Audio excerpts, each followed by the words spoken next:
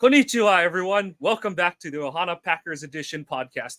I am Mike for at least another week, and until Joe comes to his senses. You can find me on Twitter at Kawano Mike, Joe at Iowa_Joe86. And y'all are in luck today as Joe has made it happen and found us a respectable guest to join us. Please welcome Jason Perone to the pod.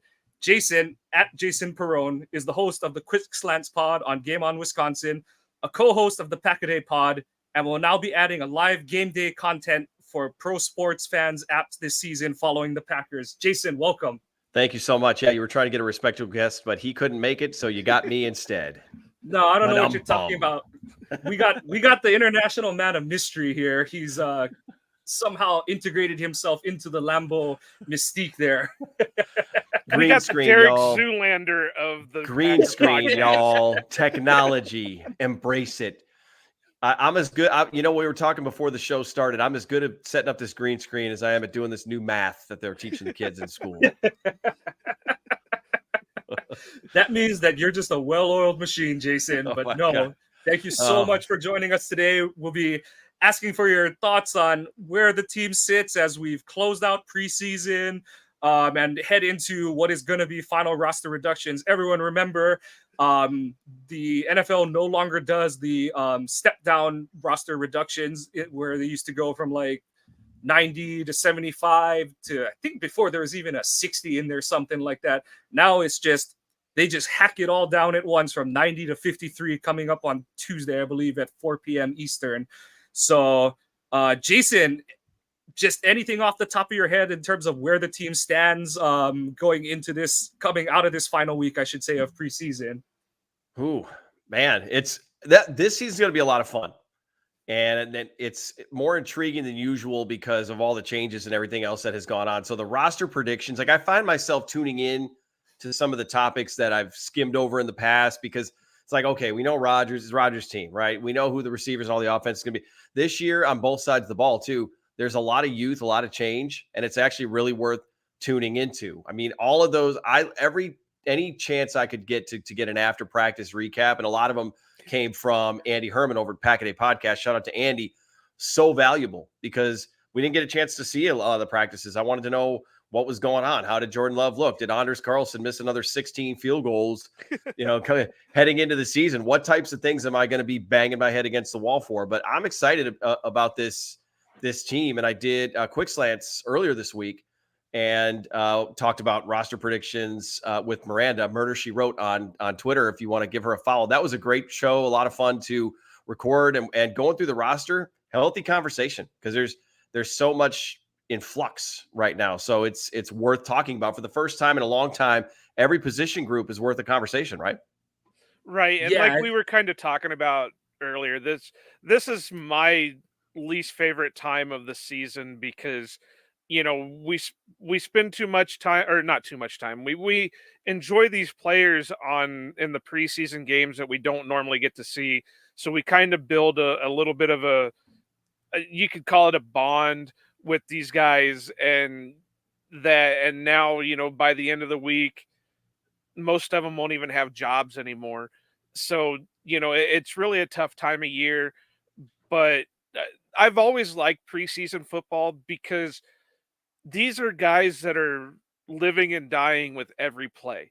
I mean, yeah, you get your starters out there and whatever for a few plays, but then towards the middle to the end of the game, it's these guys that are living and dying. They're out there playing their best games in hopes of making that roster. So I've always loved the preseason games. I know they were in the big push. Oh, well, they need to cut more games, only make it a 2-game preseason. It's like, no, I'd rather have the 4 of them back because there's more stuff to watch, and sometimes they can be just as fun games as they are in the regular season.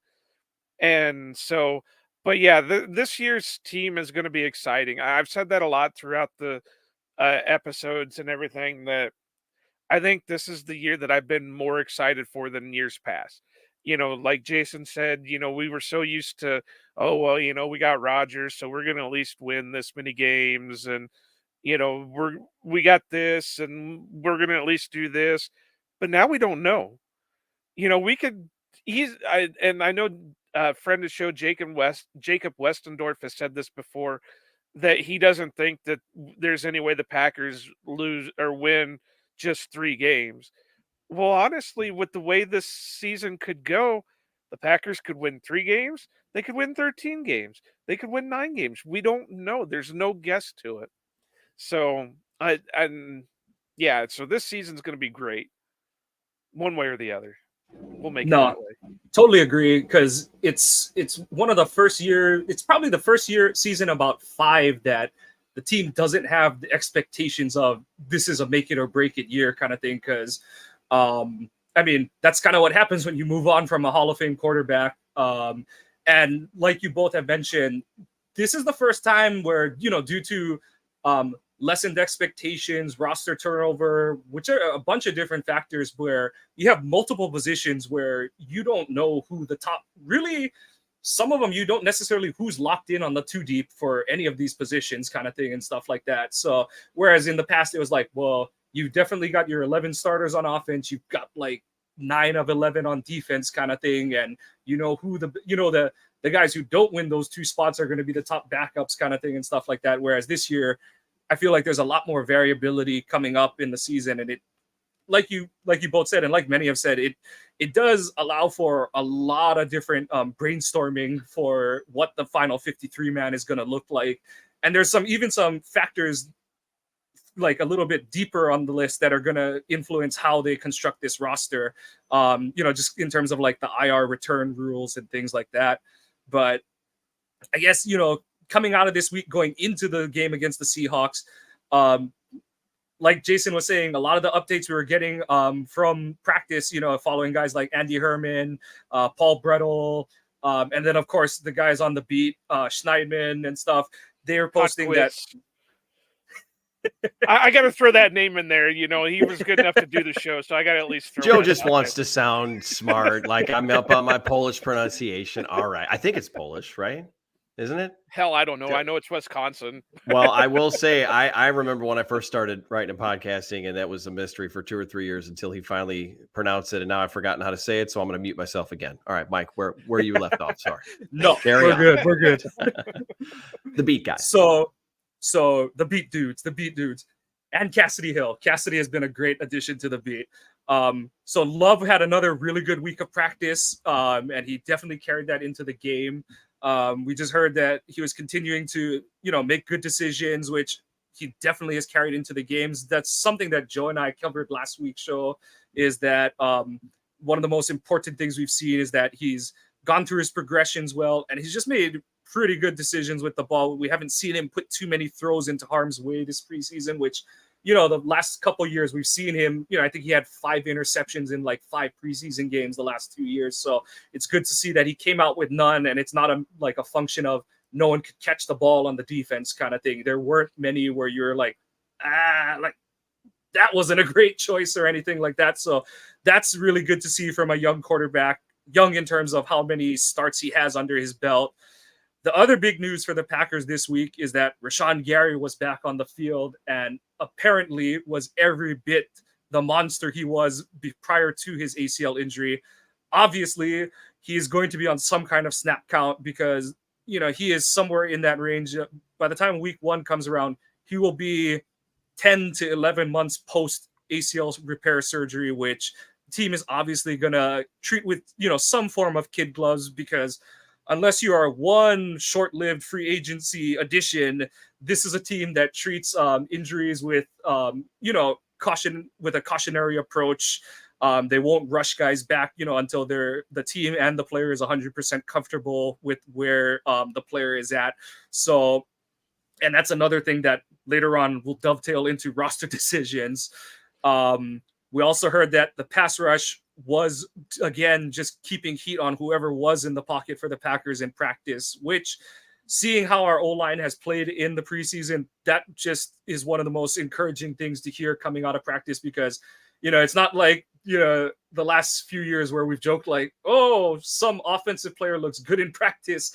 Are they really good? Or is it just because they're playing the Packers defense every day in practice? Safety, unfortunately, remains question mark, but honestly, based on what they had in the box, coming into the season, I'm not really surprised that they aren't willing to kind of stand out and say, like, this is the plan moving forward. I know LaFleur has kind of said that he's hoping Ford is the starter going into week 1, but he's kind of left it. He hasn't really shown a lot more light onto it than that. And in all honesty, I'm fine with Ford or Owens even being the starter opposite Savage, because let's be real, Chicago is going to try and do more running things than passing things in week 1. So I'm fine with a guy who can play in the box a little more in week 1. And my last point was Carlson was working his way back into being Anders Carlson due to the week of practice he had. But in the preseason game, he reestablished that he is in fact Anders Carlson. So just like we've seen guys who have been successful, they get to tell us how to pronounce their name. And as long as he keeps booming kicks through like he did in the preseason game, unlike how he was struggling in practice last week, he can continue to be Anders Carlson. So I have to say that's why when Anagbari came out, someone said, "Hey, how do you pronounce your name?" He probably very cleverly said JJ. Right? Well, like Big Bob. It was everybody was calling him Tanyan. And we realized it was Tunyon. Yeah.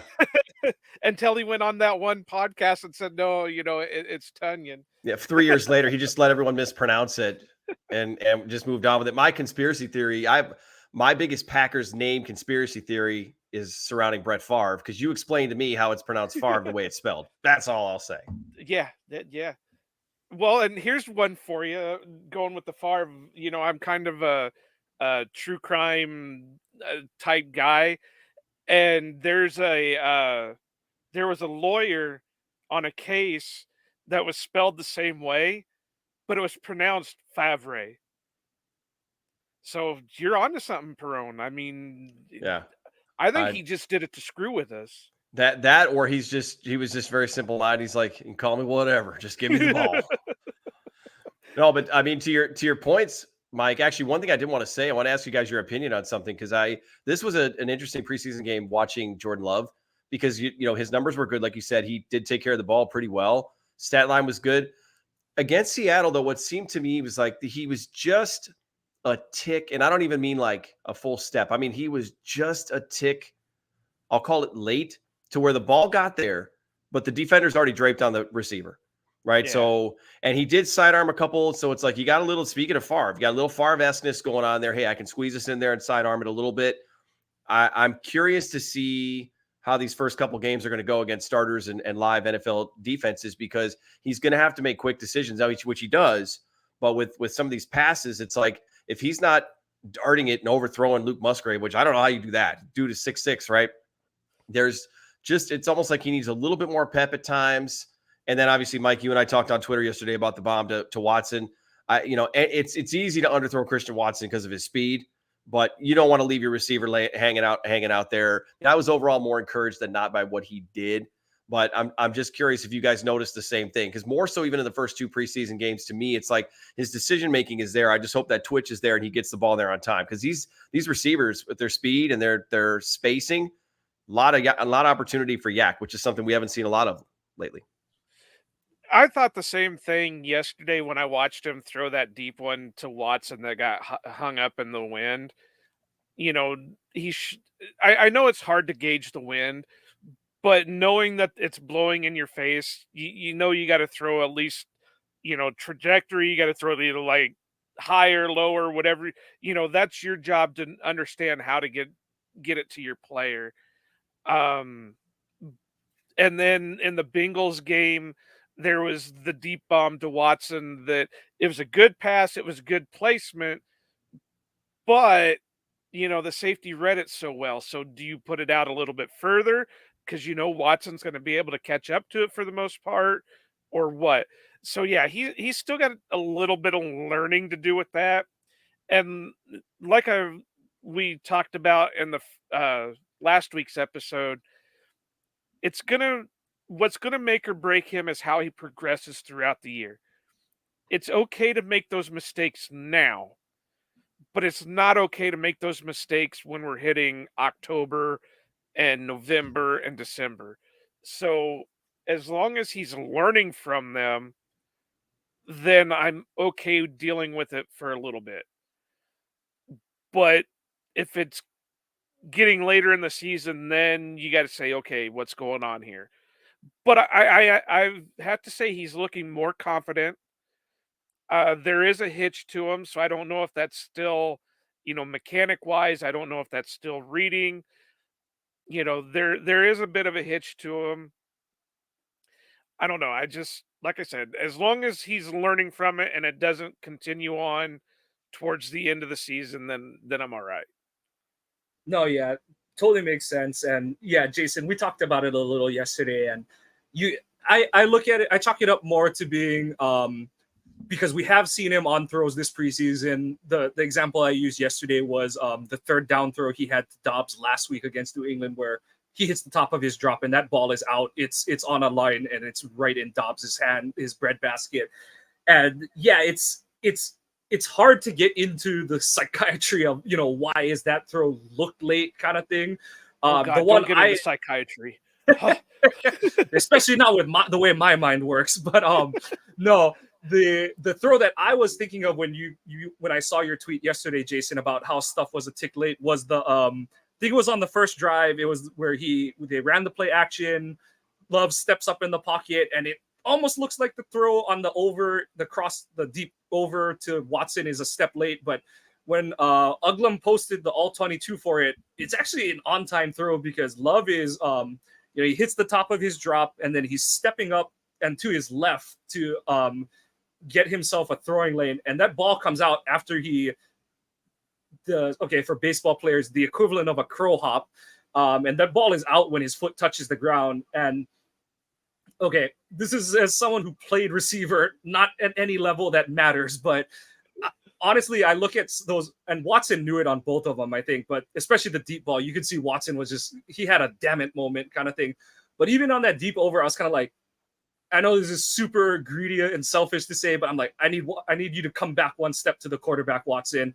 Because yeah, and I do think the throw that was a little late was he had that slant on third down to Toure. I think it was at the end of the first drive. That was the one where I think I don't know if he second guessed himself on the coverage or what it was, but that throw, it didn't seem totally in rhythm, and he still got it on Toure, but by that point, like Perone said, the DB had broken on it, was able to pretty cleanly break up that pass and end that drive. So those are the ones, like Joe said, we want to just see him continue to refine himself, improve his game as the season moves forward.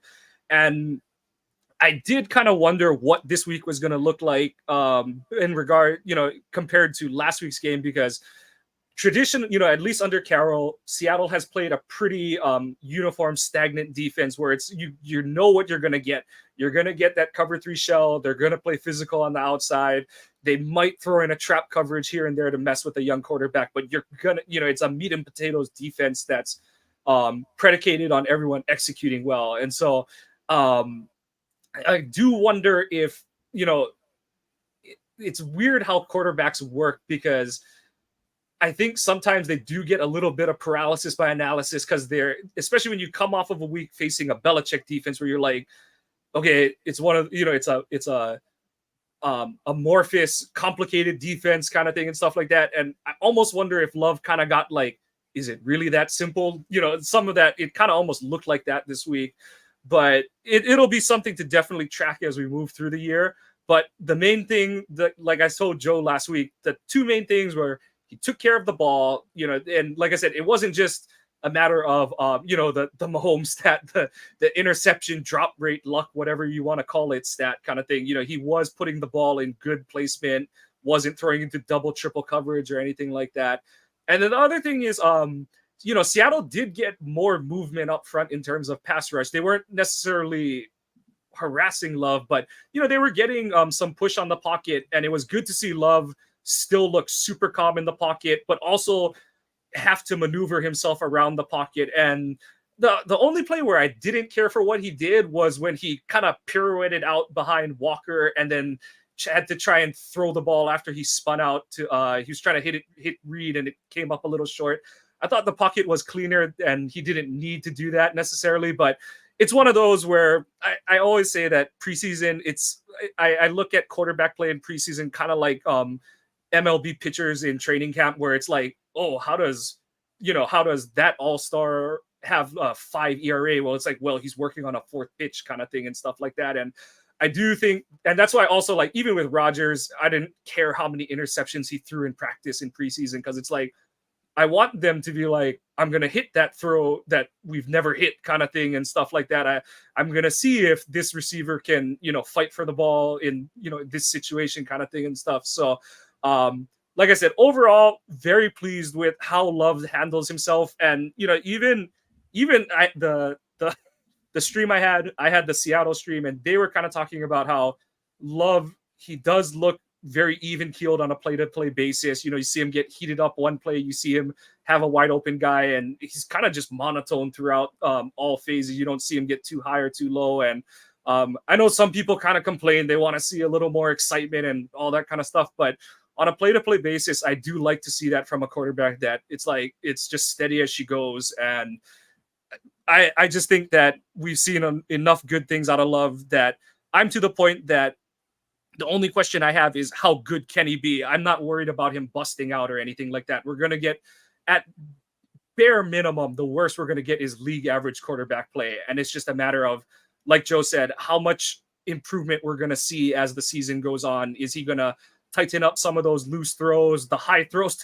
It was nice to see him finally hit Musgrave for 2 yak opportunities this week and give him a chance to run with the ball. So it's those kind of little things that are going to just open up this offense. And that's the thing, is I know that LaFleur has kind of said that the thing they're working on the deep shot is putting more air under the ball. Because that's something they're going to have to do early in the season, is they're going to have to hit some deep shots, keep defenses honest. We all know that everyone and their mother is going to want to load up on the box, take Aaron Jones, take AJ Dillon away.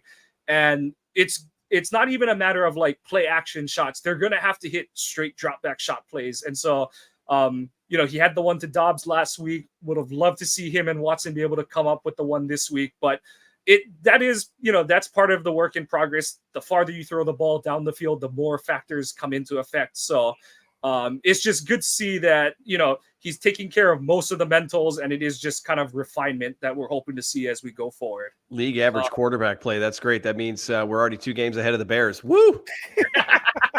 2 is generous. And well, not in the way Bears fans probably think.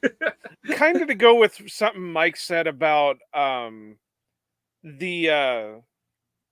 now I forgot because Mike gets too long-winded, but he about the excitement level. I think he actually, some of the misses he makes, and the other thing Mike said about sometimes maybe he's thinking is it really that easy? I think that leads to some of the mistakes he's been making. Like I've said for a bit with the miss he made on Musgraves in the Bengals game. He overshot him by like a mile. Yeah. Well, I think the way it looked to me, and I'm by no means am an analytical mind type guy with this, but the way it looked to me was he saw this guy break free, and that was like his first read, and he was wide open, and he wanted to make sure he got the ball there. Well, he wasn't thinking on the throw. He just let it go, and it went, clear out there. He threw it to center field. But I think that's happening a little bit more now with him, where he's seeing it. He's like, because once Mike said that, it kind of popped in my mind too. Okay, well, maybe he's thinking, okay, is this a little bit easier than what I thought it was? And that first read hits, and man, he just lets it go, but he's not taking the time to think, okay, ball placement. He's just letting it rip. He kind of, and we were kind of joking about this earlier too, that he kind of is in that gunslinger mode, more than the analytical mind of Rodgers, who has to pick apart every little piece. Love just wants to throw it. So, I wonder if that's a little bit more of his problem. Do you guys remember? I mean, remember back in the day when Favre, one of his first 5 passes would just go into the third row, Yeah. And it was like, all right, good. Let's get it out of our system now. Jordan has a little bit of it's almost kind of funny that we have our third quarterback in the last 30 years, and we're getting a bit of a combination between the last two. Yeah. Yep. And they've all completed passes to themselves too. Yeah, that was great. Now I think Love only lost 2 yards. Favre lost like a whole 5 or 6. So we're making progress. But yep. So I mean, like we've kind of been saying, there's a lot of reason for optimism going into this season, especially with how the Packers season is going to open up this year. But I think Love has answered a lot of questions going into the season. There's probably some people who are, I don't know how much it's bothering them that he's looked decent in preseason play because they're just airheads anyway. But I think he's put to rest a lot of concerns for a lot of Packers fans, and he's going to have some chances opening the season. But to get there, the Packers are going to have to reduce their roster down. And like Joe mentioned, like Jason mentioned, that cut down from, you're cutting 37 guys off of your roster. And, I remember Bill Cowher said, like, it's the end of your journey kind of thing. You work all off season. If you're a guy who doesn't make a roster the previous year, you're just working the whole year, the whole calendar year to make it the next year kind of thing and stuff. And a lot of guys have put a lot of good film on record for themselves this season, and they're going to make some interesting decisions for the Packers. We'll kind of go around the room. Jason, what is the position that you think is going to have, whether it's from a who makes it, how many guy makes it, which position group is the one that you've got an eye towards in terms of who's staying, who's going on the roster? Safety, I think. I mean, I think that the debate, I have some theories on receiver, but they're more injury related. So for example, everybody keeps talking about 7-7-7. I agree with 7 bodies, but is Dontavian Wicks injury enough where he's going to have to go on IR? Because then that's going to change everything, right? Then now you're down to 6, and now Toure does make the roster because he's a bubble guy. Some people have had him not making the team. I think he will make the team because Wicks, why rush him along? You might as well IR him. He's a rookie. All these rookies need time. Dubois limped off the field against Seattle, right? He just came back to practice a couple weeks ago and was in his first preseason game. He's not ready to play. He's not going to get claimed. He could easily be somebody, if you want to go heavy at another position, offensive line, for example, that you cut Dubois and bring him back to the practice squad. Again, everyone has said it 1,000 times. There are 31 other teams that passed on him 7 times. I don't think all of a sudden they're going to jump on him after the tape he's put out there, right? It's safety to me because of they didn't address it this season, right? Darnell Savage is moving back there. I think we were actually more excited to see him at corner at the end of last season. And then he got the pick 6 against Minnesota when he didn't have to think so much and be that like robber safety back there because he could just play off of his instinct, which is more at the line of scrimmage. Well, now they're moving him back at deep safety. It sounds like Rudy Ford's going to be back there, which was fine. He had a great game against Dallas, but consistently, is that a safety? He had some struggles at times last year. Jonathan Owens, not blowing the doors down or impressing anybody too much. We don't know how, Tre'Davious Moore's injury, we don't know how bad that is, right? We don't know if that's going to be a long-term thing. So the safety position is really interesting to me. Dallin Levitt's a safety, but he's not going to play safety. He's a special teams player. So they could keep up to 6 bodies on that depth chart there, but who's going to actually end up playing? Are they going to rotate in? You guys made a point earlier, Mike. I don't know which one has said that the Bears are they're gonna probably try to test the box, right, with Aaron Jones and AJ Dillon, or they're gonna want to take the runaway. I don't know. I think the defenses might try to pick on those safeties earlier than you think. In Chicago, that would be a great game plan for them too, because everybody expects Justin Fields to run all over the place. They've been a run-heavy team in the past, but they don't have the same run game that they did before. I could see them trying to fool Green Bay and go play action and just try to test those safeties early on, grab a quick lead. They got DJ Moore now. They got some receivers that can catch the ball deep. I think that could be a thing that you see early this season because of that safety position. So I'm really curious. And, to cap it off there also, is safety potentially a position where they bring somebody in from the outside off of waivers? Yeah, definitely could be a waiver claim situation. I mean, that's how they got Ford last year. Um, More just like we kind of pointed out at Wicks, kind of briefly going over the wide receiver room. Moore is another one. He didn't come back to practice this past week. Depending on what his injury is, he could be another guy that makes the opening day roster for a minute kind of thing, and then he's put on IR like within the hour kind of thing and stuff. So we'll see. It's not like he's taking up a lot of cap space or anything. If they wanted to do that, it sounded like he was getting first team snaps prior to his injury. So it kind of depends on what the staff thinks about it and stuff. But it does open up to a lot of options. It was good to see Anthony Johnson Jr. be able to play on Saturday after he kind of missed practice on Thursday, I believe, because of a knee. So it was good to see him get back out there. I thought he looked fine. Didn't see any real back end issues this week. Nothing like the Butte touchdown from the New England game or anything like that. So and that's the thing is, I know no one wants to hear it, but I thought Savage has looked fine this preseason.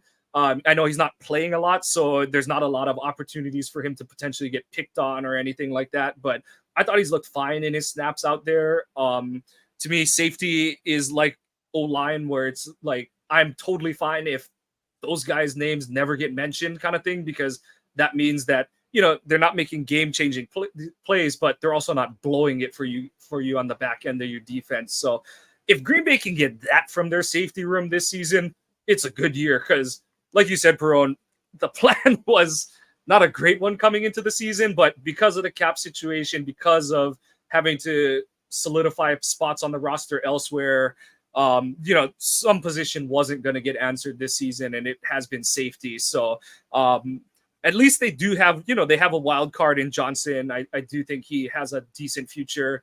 You don't get the number 36 without having one in Green Bay. But I have hopes for him. R.I.P. Vernon Scott.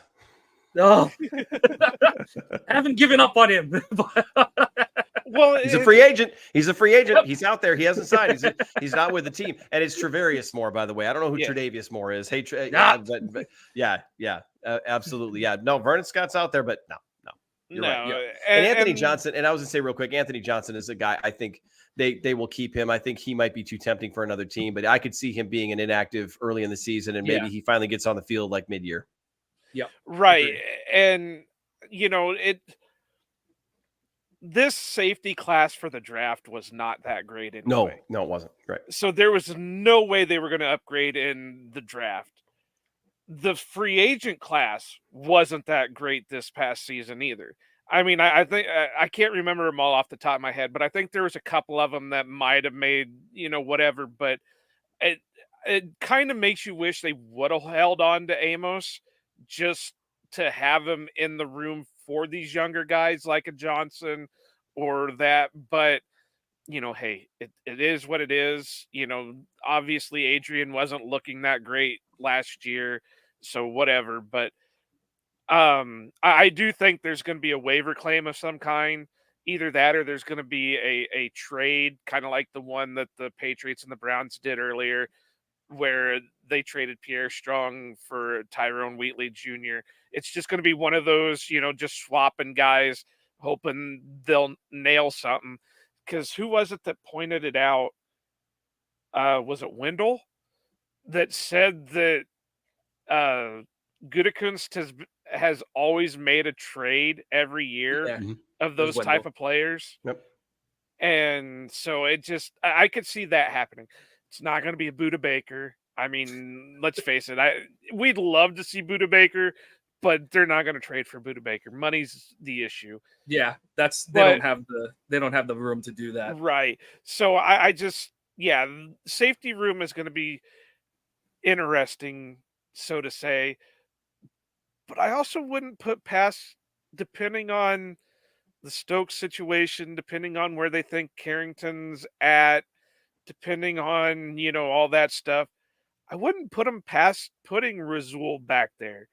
I know that's the big topic out of last year, and I know that was the big thing that Rasul kind of said in one of his media times, which was kind of funny because he says that, and then Barry's like, well, we've never said anything to him about that.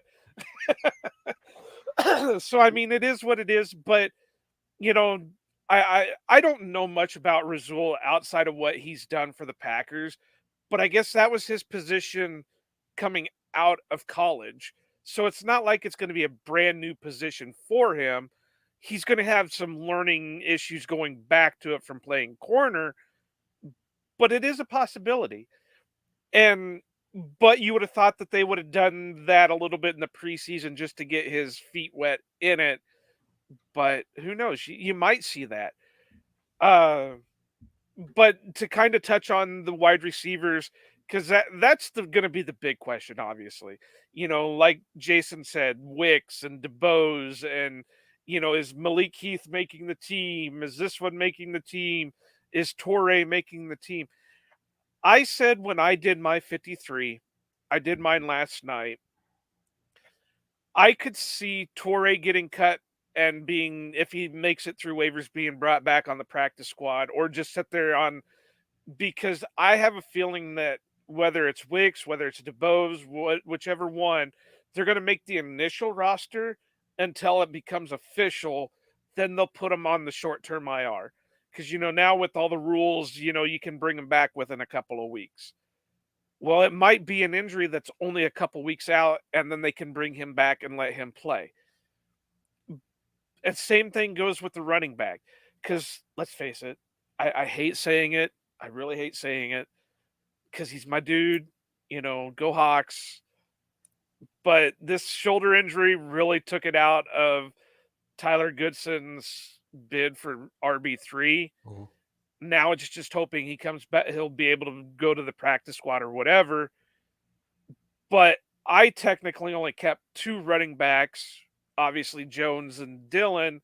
But like friend of show, Ben or Lambeau LeBeau asked me, well, you have, do you think Nichols is your RB3? Well, no, it's kind of the same thing. I have a feeling what they'll do is keep him on the initial roster, and then they will IR him, for the short term. Now, it all depends on what his injury is, because obviously we haven't seen him play throughout the whole preseason. So maybe it's something that they just IR him for the season, redshirt him, call it good. Same thing with Dontavian Wicks. We had, 1 or 2 good plays out of him, and then we didn't see him again. So it could be just, all right, we'll IR him, redshirt him, call it good. Torrey's safe. Malik Heath. I don't see how Heath can't make the team. He's put up too much. The only thing that he hasn't put up is the yak. But is that because he's not getting the routes to put up the yak? Is that QB play? Or is that inability to put up the yak? Not sure. But I just don't see how he can't make the team. So I know we can get into like a whole 2-hour podcast just on the wide receiver group, but I just think there's going to be guys that are going to make the team initially, but then hit that short-term IR. Rashawn Gary is another guy that I kind of wonder about whether, they brought him off the PUP, but I think and I could be completely wrong, but if they're on PUP during the preseason and they start the season, don't they have to continue on PUP? Yeah. Don't they automatically start over on PUP? Oh, no. Once you're activated, you're active. So and I don't know if there's you can go on short-term IR once you've come off the PUP. But so what it is if you on PUP at any point in the preseason, you're on PUP until you get activated. So Rashawn's activated. Stokes is still on PUP. So if that doesn't change, PUP will stay on, or Stokes will stay on PUP. Yeah. Ken. Well, I wonder Gary if cannot. Right. Yeah. So I wonder if what they did was they activated Gary because he's soon, but I don't know if he's soon enough to be I could see maybe not go on IR because I think Mike was saying that they can't do that. But I could see it where he doesn't suit up for 2 weeks. Yeah, I can see that. Because he's still working back and whatever. He's obviously looking good in practice. He's already progressed up to where he's doing 11 on 11. So he might be only a short time away. But I could also see them being kind of reserved with the injury and kind of saying, all right, well, we're not going to play you the first week. Who knows? But I just see some of that stuff happening with some of the current people who are kind of dealing with injuries. No, yeah, makes a lot of sense. And yeah, receiver is the big one. And kind of curtailing into edge, that's why I have Brenton Cox making the roster. It is like one Cox, of those, we know it so much, but no, it's always hard to tell because edge rusher, we've seen how much of a premium there is on pressuring the quarterback. The biggest thing with Cox is we haven't seen him do it against a starting O-line in the preseason, and so it's kind of like, okay, like, how much of it is you're going against guys that you're just better than kind of thing and stuff like that. But he's put a lot of good film on this preseason. But to counter argue that, at least he's doing it against players that he should be doing it against. Yes, absolutely. Bingo. Yeah. Bingo. I talked about it on Quick Slants. And I said, I don't care if you're playing third string on third string. If there's a play in front of you, you still have to make the play. Quay Walker dropped a touchdown or an interception that was thrown right at his chest in practice. You still have to make the play. Yep. And Brenton Cox is always around the football. So I'm with you, Mike, 100%. You know what? Even if Rashawn Gary's ready to go week one, Brenton Cox should still be on this team. Yeah. Because even if Rashawn is ready to go, and the thing with Rashawn is he did go through pregame warm-ups on Saturday, which is a interesting little note. I know most people won't see it, but it's one of those where it's like a progression. You get back to practice, got back to team activities, you start to get yourself into the mindset. And, like, just for reference, Kenny Clark did pregame warm-ups for New England, and then, he played 2 drives against Seattle this week. So not saying Rashawn would have played if there was still a 4th preseason game, but it's kind of like, okay, you can see that, you can see that light coming down the tunnel kind of thing and stuff. So, but even if he's ready for week one, we don't know how many snaps he's going to play. I kind of think he might be capped out at like 10 to 15 anyway. Probably isn't going to play too many base downs. He'll be active, and I don't know if he'll start necessarily kind of thing. You probably walk, some combination of Preston and Hollins or Inogbury Well, now out. here's a question for you. Mm-hmm. Let's say we were starting the season in Detroit. Are you putting him back on that Detroit surface week one? Well, the funny thing is Chicago is probably worse. The turf is worse. Yeah, I know, but he got injured on the Detroit turf, and we know that's been a big battle. David Bakhtiari said it. The NFLPA has said it, that stuff needs to be gone because it's like playing on concrete. Yeah. So if we were in this situation where Rashawn's looking good, and we were playing Detroit week one, would you still want him to suit up and play, or would you want him to take the week off? Because like you guys just said, Soldier Field's field isn't that great either. It's not like playing on concrete, but you got to kind of take that into play. Do you want him to play and, maybe the knee's not as stable at the moment, or do you just let him go all out? Right. And that's kind of one of those, not to be a cop-out, but we're not in the room, but friend of the show, Jacob Westendorf, says, you're cleared to play, you play kind of thing and stuff. Yeah, and, but Westendorf's biased because, he calls Rashawn his son, so he wants him out there on the field anyway. Well, and the Packers training staff is also very conservative. So if they're clearing Rashawn Gary, I think they've already thought, honestly, as funny as we might be kind of being about these points about Soldier Field turf and in Detroit surf, like they've already thought about stuff like that. Yeah. If he's cleared to practice and play, I'm pretty encouraged that if he wanted to be out there for the first snap in Chicago, he could be. Now, I trust the coaching staff to be smart about what they're going to do with him, though. Yeah. Right. And okay, this is getting really deep in the weeds. The only reason I wouldn't start him is because, like Jason said, Chicago is probably running some kind of mixed direction trick play for their first play just to see if they can. Last year we saw him run a flea flicker, and Fields had the long touchdown run and stuff like that. So, they're going to throw the kitchen sink and stuff. So, but that goes to another point I was thinking of when Jason was talking about the safety group.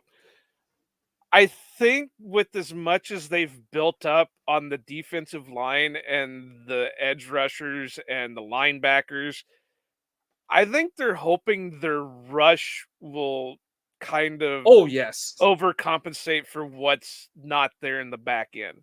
So let's that's say absolutely true. let's get Rashawn out there. You know, I know they were even practicing Van Ness with the DL there for a bit in training camp.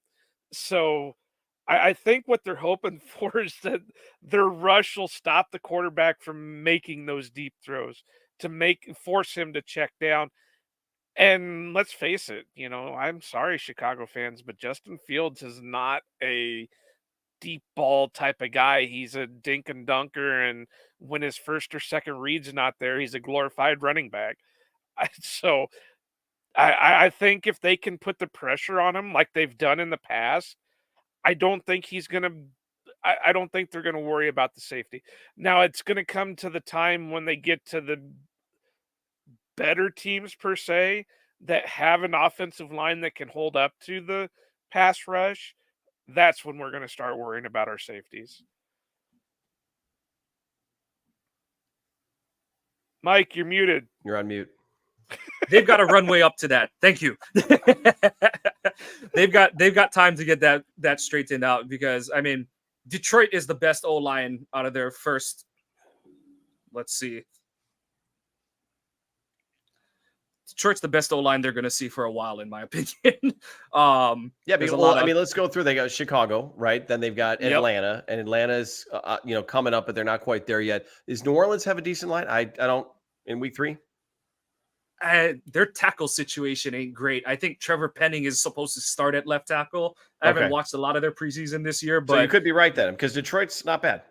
Yeah, because then it's the Raiders, the Broncos, who haven't watched a lot of recently, but I know they had issues last year, and then Minnesota's O-line, the Rams O-line. So it's going to be the pass rush is going to have its chance to get its legs under them, which is good. Like you said, it's going to help the safety room, and then having the quarterback situation kind of nailed down. You know, you have you have Jair healthy, you have Razul, Nixon, Valentine might be getting snapped. You know, we saw that he was getting some slot snaps in this game and stuff. Just as much as they didn't address safety, they've got a lot better answers at the other levels of defense. So it does, you know, it's not a good situation in terms of contending for a title. You know, that's, you know, they're not there. And frankly, with the questions on what Love is going to be this year, that's fine. I am fine that they don't have all the pieces together all over this roster, but they have enough other good, really good pieces on every other level of the defense that it's like they can get by with, you know, the duct tape answer at safety this season. And, you know, to me, it's really just by the end of the season, the two questions that I want to have answered are, is Anthony Johnson part of the future, and is Darnell part of the future? And that's all I want to find out by the end of this season in terms of the safety run. I'll tell you right now, I think Anthony Johnson's going to get every chance to make it and stay. And I'll be surprised if he's the only safety under contract beyond this season. So the answer there is yes. Right. I mean, and they don't cheap. have and he's cheap. And I think, like I said, I think if he finds himself on the field by midseason, even if he's not starting, that's a huge win for the Packers. A 7th round pick getting in there, playing meaningful snaps at a position where they're thin and don't have anything for the future. I'll be honest with you, Mike and Joe. I don't know what your thoughts are. I think Darnell Sapp, this is his last season in Green Bay. I mean, he's a 1st round pick. If he was going to be somebody that they wanted to keep longer term, I think he's already under contract longer than this season right now. Now, sure, anybody can go out and ball out this year and change our mind. But again, he's moving back to the position where he was so average and struggled. I don't know that I would I wouldn't run out and buy, unless it's on super clearance at the, you know, I wouldn't run out and buy that 26 Darnell Savage jersey. But I don't know what your guys' take is on that. He could have a great year, but I'm a little dubious. My thing with Savage is I wouldn't view him as a one-hit wonder. You're right, Perone, where you're kind of like, is it a mirage? Is it the pressure? And, you know, a lot of guys, they play their best when they're trying to get their next contract kind of thing. But we've seen really good play out of Darnell for a season and a half between 2020 and the middle of 21 where he kind of lost it kind of thing. So I wouldn't have as much lack of trust in it as, if he had just not been good the whole time he was in Green Bay. So it'll be the likelihood, as much as I always say I haven't given up on Savage, it's more likely than not that he is just a part of this season's puzzle and not necessarily a long-term piece moving forward. But there's still, he's still a talented, physically gifted athlete. And safety does take time. I know no one wants to hear it, but, it did take Collins 4 years to really get it all figured out. True. And, not saying Savage is going to be Collins. They're different players, but it does take time. And we've heard that Barry's system is hard for, and the other factor too is you had the whole thing where we're never going to know what the full story was between Gray and Barry last season. It was obviously untenable moving forward. So maybe clearing that air, maybe that just gets Savage in a better place kind of thing. But like I said, the likelihood is he's not on the roster moving forward. And, like you said, Jason, Johnson is the only guy under contract moving forward. But it's definitely something to keep an eye on for the season. But just going back to edge, that's a position group that I think it's very easy to keep 6. There's, to me, so, like we said, Cox has put a lot of good film, put up a lot of good film in the preseason. The part that I really liked, he didn't have a sack in the preseason, but what I liked this game is that he was finishing plays. He was getting TFLs. He was, he was kind of getting pressure the first, the Bengals game and the New England game, but we saw him bring down the running back for a couple of TFLs. Like, it was good to see him finish some of the plays, not just be the initial aggressor kind of thing and stuff like that. So I liked seeing him add some counting stats. And I just think what he can be as a sixth edge, especially with Rashawn, probably getting some, getting more conditioning under him, getting strengthening back. And Lucas not being a finished product by any measure, he's going to take snaps at different positions too. I just think that what Cox brings to the table as a sixth edge is better than, the third running back, a fourth or fifth inside linebacker kind of thing and stuff like that. So I think his path is pretty sewn up to the roster at this point. Well, with the practice squad rules anymore, it's easier to keep a running back on the practice squad and elevate him at certain games. But I'm going to go back and answer Jason's question about Savage. I personally, unless there's 2 ways that I could see him back on the roster after this year. One, it all comes together and he just has a monster year. I could see them, giving him a contract.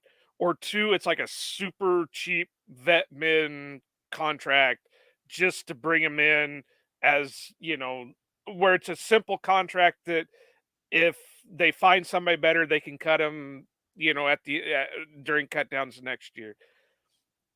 I kind of like Mike said, it's also going to depend on how the DB room is now with a different guy in there than Jerry Gray. I loved Jerry Gray. I thought he did tremendous things, but yeah, there was a big disconnect between him and Joe Barry last year. So it was obvious that they moved on. It sounds like everybody's loving this Greg Williams system in the secondary. So he could theoretically put it all together. To kind of counterpoint what Jason said about the, if they really liked what they had in him, they would have him signed to a contract. They still haven't signed Rashawn Gary to a contract extension. And we know he's put it all together, and we know he's had monster years. So, I mean, theoretically, yeah, you're right, Jason. But, just to play devil's advocate there, if they haven't given Rashawn a contract yet, they're definitely not going to give Savage a contract yet. So, but yeah, those are the only 2 ways that I could see him having a contract. Is 1, he just, a dozen interceptions, 3 forced fumbles, blah, blah, blah. And there's no way that they can not sign him, or it's a super cheap, friendly or team friendly deal that there's an easy way out of it. kind of going into the regular season, and not just for Savage, but I do wonder if we'll see a bunch of guys play a little more free this season, because, you know, you look at what Savage walked into. He walked into a situation where it's like, you're going to be part of the savior plan at safety. You know, they brought Amos in the same year, and it's kind of like, okay, like, we're gearing up to go for a title. Like, there's a certain, you know, it's a different kind of pressure. And whereas I don't want to say there's no pressure, because he is playing for, you know, not just his job with Green Bay, but really his future in the NFL. He can't suck, or he's not going to be around next year and on any of the 32 teams. But I do wonder if, you know, and then looking at it from the roster as a whole, you know, Dobbs and Watson, it was like, you got to be perfect or you're not seeing the ball for a month kind of thing. And I think the only room that has a high level of pressure is the O-line on it. Obviously, I'm not even going to, you know, Love has a different kind of pressure on him this season, but I think the O-line is the group that really is going to have to carry the bucket every week, you know, for this team kind of thing. Newman has to be gone. I don't care what other moves that they make. Royce Newman has to be gone. So, okay, Jake Hansen stayed on this team for a couple of years. And my big problem with Jake Hansen was, if he's on the roster, then you're going to be tempted to put him in the game. And they started him week 1 last year. Now, Royce Newman is not going to start on this team. He's not even on the second team, right? But if he's on this roster, they've tried to find spots. So you're telling me there's a chance? Yes. I'm with you, Joe. And listen, they got a room full of riches, to your point, Mike, in the offensive line. Why would be my question. Yeah. And, you know, I've seen the argument I've seen a lot is they have too many tackles. That doesn't mean you cut one just to keep Royce Newman around. Like, what I was going to say, Joe, is you and Jason brought up, you know, waiver claims for safety. Guard is the one I'm looking at, where whether it's a, you know, like you kind of brought up, Joe, the trade New England just did.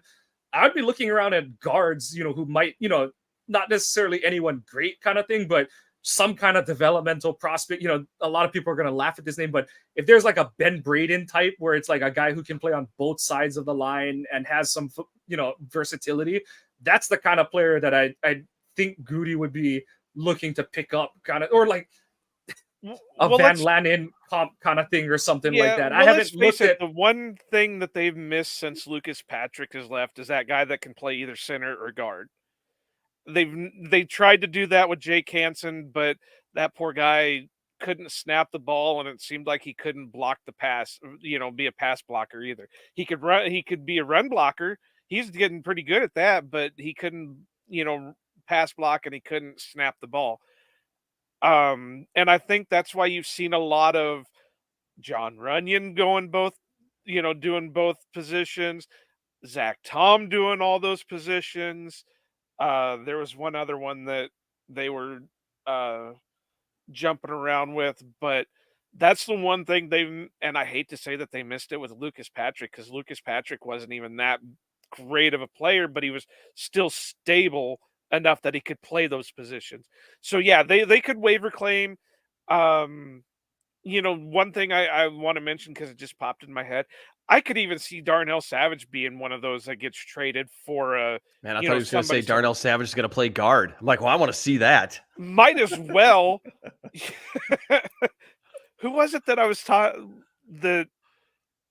I don't even remember. But they were talking about putting an O lineman at offensive, or I mean at safety. You know, why the hell not? You know, get him out there and play him. But it's like, okay, whatever. But, you know, Darnell Savage is in that trade. You know, Royce Newman, if they can get anything in the world for Royce Newman, do it. You know, hell, they got a 7th round pick for Cole Van Lanen, you know, what was it, last year or the year before, and the guy never took a snap for the Packers. If they can get something for Newman, do it. Darnell Savage, if they can get somebody who, you know, sorry, I got a text from somebody. You know, if they can do like a Josh Jackson trade where they traded Josh Jackson for Isaac Yadam. Yep. Yadam. You know, if they can do something like that, just to change the scenery type thing. You know, Torre. you never know. Maybe there's a market out there for Torrey that they want somebody who's going to be a steady guy that's not going to be like a superstar, but can get it done. Do it that way too. But to your point, Mike, yeah, the waiver claims are going to be interesting because I think they're going to be going for that. We talk about swing tackles. We're needing a swing guard. Well, they have that guy right now. He just happens to be their preferred right tackle. Right. And that's Zach Tom. Yeah. And right now, and with Josh Myers, and I'll just say they're going to ride with Josh Myers and hope that these snap center exchange issues go away and settle themselves down. I mean, he thought he had a free play. It's like, well, make sure the free play is there first before you snap the ball. First of all, you lose the football. Secondly, you're going to get your quarterback killed trying to recover a fumble. Right. And then he snapped the ball right at Musgraves, as he was crossing over in motion there. So Myers, they have to hope that works out, because if that doesn't work out, now you're moving your right tackle in its center, right? I'm assuming that they would keep Jenkins at left guard, because Jenkins can play center too, right? Yeah. So I assume that you're moving Zach Tom in its center and then putting either Rasheed Walker or Yash out at right tackle, which fortunately the Packers have the option to do right now today. They have that room full of riches where they can do that, but you want your 5 guys at a preferred spot. And again, after the last 2 season openers, just the absolute clunkers that they've put up, they please field 5 guys that can play, that can block, so we can win this game for once. Yeah, definitely. Yeah. Not starting Hansen and Newman next to each other on the same side of the line will do wonders for a week 1 opener. So that's something that we're luckily going to be saved from seeing this season.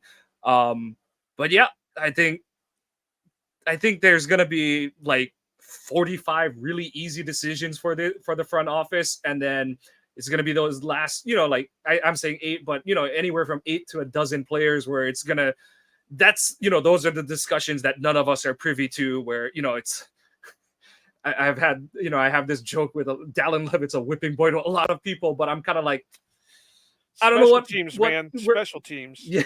But the thing is, he's not even that good on them, but that's beside itself. So I dare you to look Rich Bisaccia in the face and tell him that. I know. I wouldn't. He's a Bisaccia guy. He'd eat you alive. He literally is on the depth chart as ST. It's not even an S. It's ST. Yeah. So I got one question. As long as we don't see 6 in the defensive backfield, we're good. Oh, yeah.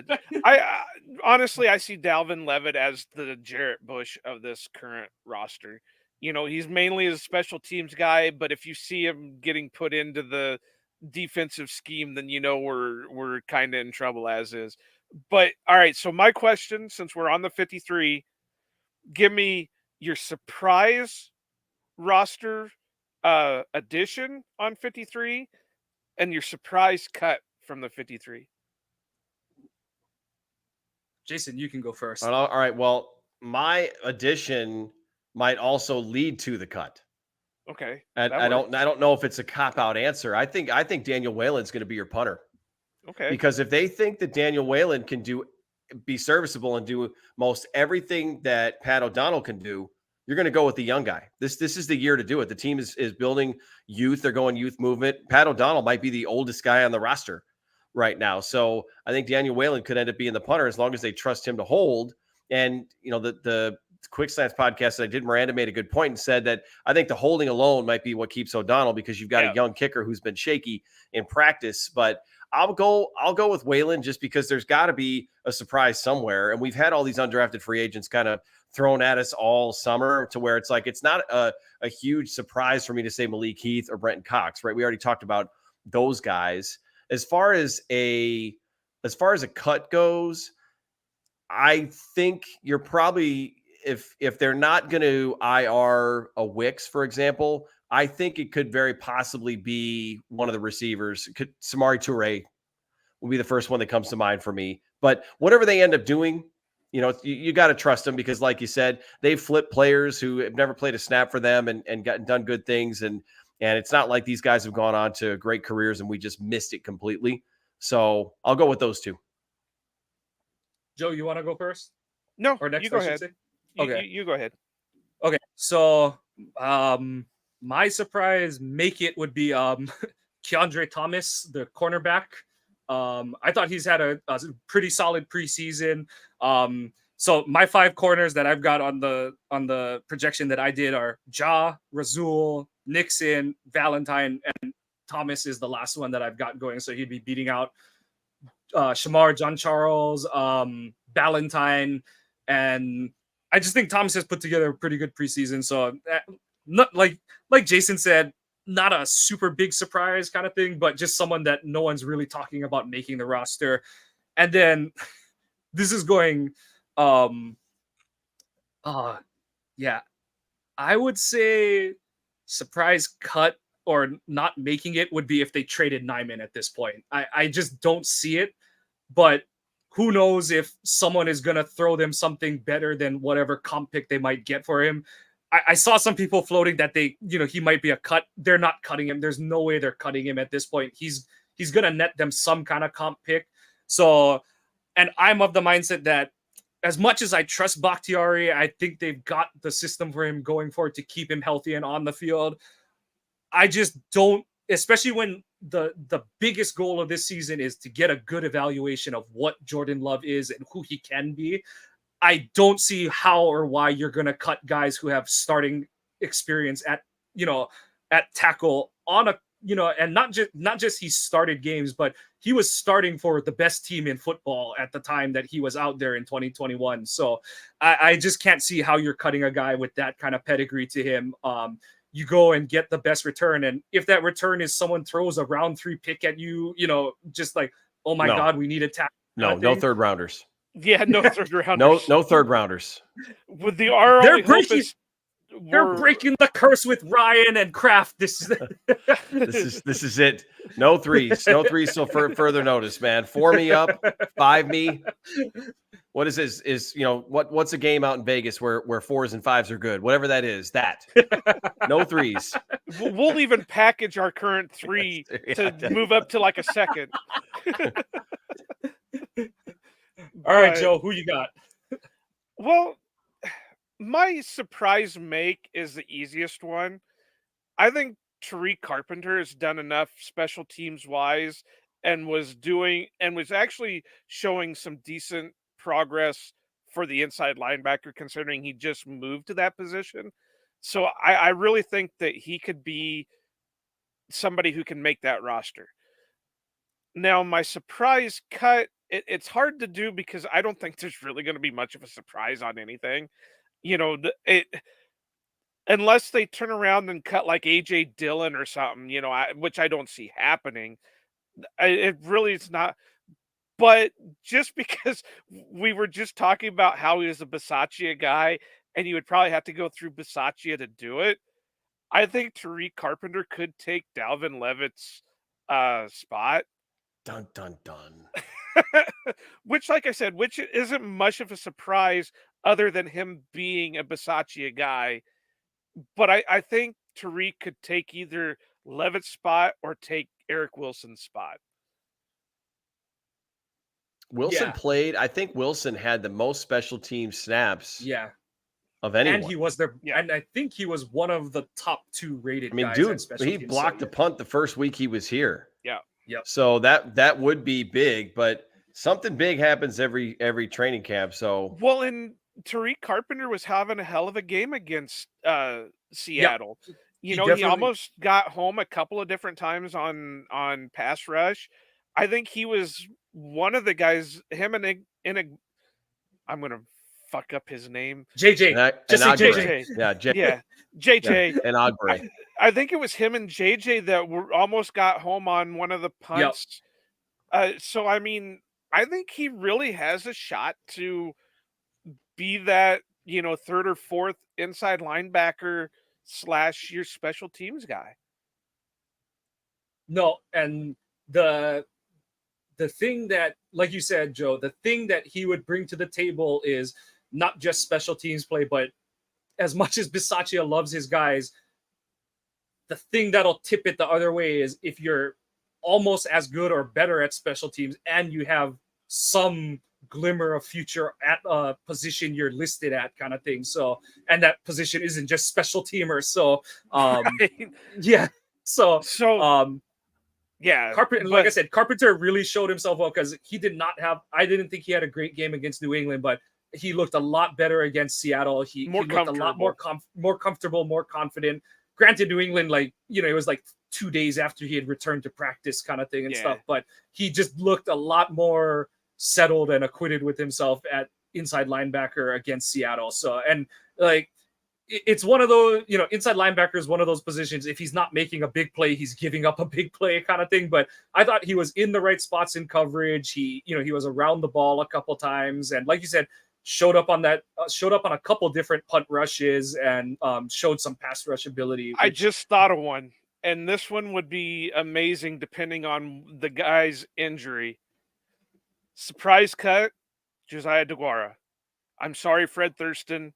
I know that's your guy, but I could see it happening. And Henry Pearson making the team because he's your true fullback. I think the lack of depth in the tight end room might make that a little bit more challenging. And then that also calls into question of how they feel about Austin Allen. Is he even somebody that they're going to evaluate and potentially try to get up by the end of the season too? I have no idea. And don't forget, I mean, what did Matt LaFleur say in his rookie season? And DeGuara's, I love Josiah. Yeah. You're breaking up a very, very strong bond there. I know. Well, and Love has love for DeGuara because that's been his main target for a while. But I just don't think he was showing out as much as we had hoped during the preseason. Whereas, that Henry Pearson, and trust me, it's not just bias because we share a last name or anything. But, he really was making some decent run blocks and pass protection and stuff like that. But again, it all depends on what his injury situation is going to be like. But what else you got for us, Mike? I don't think we should hold Perone hostage for very much longer. No, that's pretty much it. Somebody's going to be coming to look for him here pretty soon. No, trust me, absolutely not. Nobody. Okay, so if we got time, can I share a quick Bisaccia story? Oh yeah, let's hear it. So I had like I said earlier, I went up to OTAs in June, towards the very end of it, and I'm a big autograph guy, so I kind of stood outside the fence and was waiting. So I have two kind of Bisaccia stories. One is on one of the days it just rained. It was like monsoon rain, just horrible.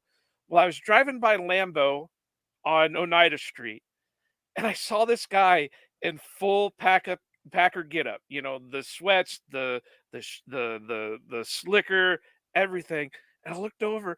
It's Rich freaking Bisaccia. He was walking from Lambeau all the way to the practice field in this pouring ass rain, and I'm just like, holy hell, this guy is dedicated. Yeah. You didn't offer to give him a ride? Well, by the time I had passed, I'm like, what the hell? Because I would have never thought Rich Bisaccia is going to be walking from Lambeau in the pouring ass rain. And then number two is I was actually at the fence getting out, and he come up, and I was getting Matt LaFleur's autograph on something, and Bisaccia comes walking by, and I always wear a Hawkeye hat. Because I'm that type of guy that, I'm going to go to Wisconsin in full Hawkeye get up. So I'm wearing my Hawkeye hat and I hear, "Go Hawks." I'm like, what? And it's Rich Bisaccia, "Go Hawks." And just in this really intense voice, I was like, "Yeah, go Hawks. What are you thinking of Van Ness?" "I like him." And he walked in. Yeah. That guy is so intense and there's nothing to him, but you piss him off and man, he goes nuts. Yeah. No, and we love that intensity. Yeah. Love that intensity. I mean, that's the AGM you're talking about right there. So if you want to know who's making this team and not making this team, don't go to Brian Gutekunst's house, go to Rich Bisaccia's house. That's who I want to be talking to figure out what exactly it is that's going on. But no, guys, this has been great. I really appreciate it. Thanks for having me on, talking little Packers on this very pivotal show, the roster prediction show. I guess the next time you guys go on, we'll know a lot more about what the 2023 Packers are going to look like. Yep. Hopefully a lot of our predictions have taken place, especially the Royce Newman thing, because he's got to go. Friend of the show.